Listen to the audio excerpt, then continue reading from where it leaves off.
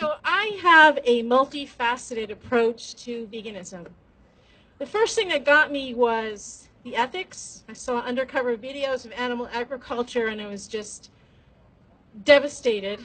And then I decided to do some research. And I feel that what we know is one of the most important things that drives us to stay in living vegan. So I have health, compassion, environment, and food security.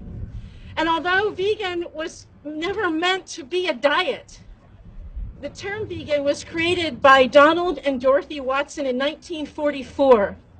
And it is a philosophy and way of living which seeks to exclude, as far as is possible and practical, all forms of exploitation of and cruelty to animals for food, clothing, and any other purpose, and by extension promotes the development and use of animal-free alternatives for the benefit of humans, animals, and the environment.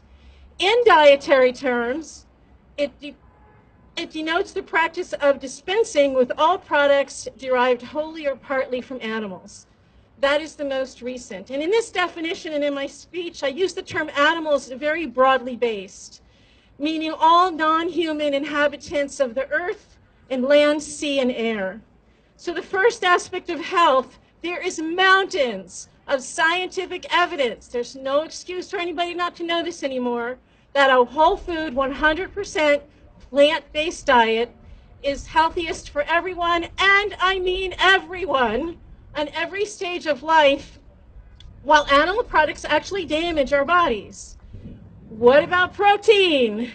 It's impossible not to get enough. If you have a balanced diet of fruits, vegetables, whole grains, legumes, beans, nuts, and seeds, animal proteins are high in sulfur, making them acidic in our body, leading to inflammation, calcium loss, and bone loss. Animal products also are high in cholesterol, and we do not need to ingest cholesterol. Our liver makes plenty. Too much damages our heart and arteries. And only plant foods have fiber, which is essential for digestive health, and there's antioxidants and phytochemicals, which are vital for our health and immunity. The wide range of micronutrients only found in plant foods is lost in a meat-centric diet. And many world-class athletes are now vegan, and they say they have more strength, endurance, and better recovery times. How about that? You can visit eatright.org and nutritionfacts.org for the science. Next is compassion. This is something that hit me about 2 months going into vegan. It's unethical to turn sentient beings into commodities. We've all heard it said, but animals are raised to be eaten. They're just food. That really gets my goat. This superficial, self-centered projection is based on the utility you see the animals have for you. Calling animals just food denies their sentience, unique intelligence, emotions, social capacities, and their right to their own lives.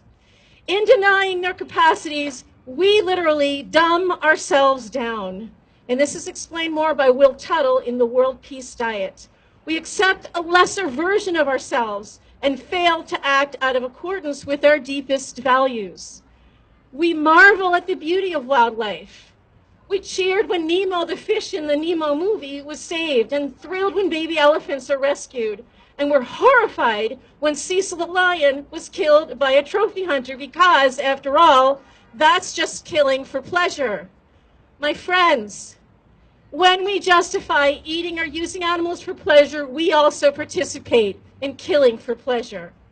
The environment, animal agriculture is the leading cause of species extinction, ocean dead zones, water pollution, habitat destruction. In livestock's long shadow by the Food and Agricultural Organization of the United Nations, livestock is cited as a major environmental threat and disaster. The Center for Science and Public Interest states growing feed crop for livestock consumes 56% of water in the U.S. And there are hundreds of thousands of gallons of water needed per animal flesh, per pound of animal flesh of dairy and eggs. That's at cowspiracy.com. The slaughter process also adds many millions more gallons that is not documented for scalding tanks and cleanup. And lastly, food security. A vegan can live on 1/6 an acre for a year, and an omnivore needs about 2.5 acres. According to a well-fed world, animals are highly inefficient converters of food, energy, and resources, exacerbating food scarcity, especially in low-income countries.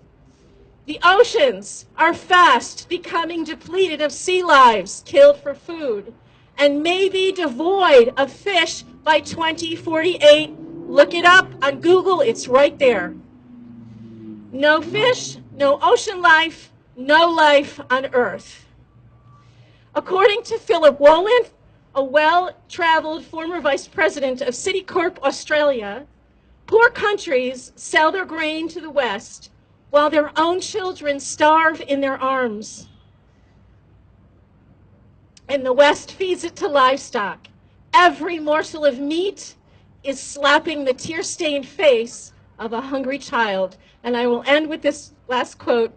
There's nothing more powerful than an idea whose time has come, and there's nothing more destructive than an idea whose time has passed. Thank you.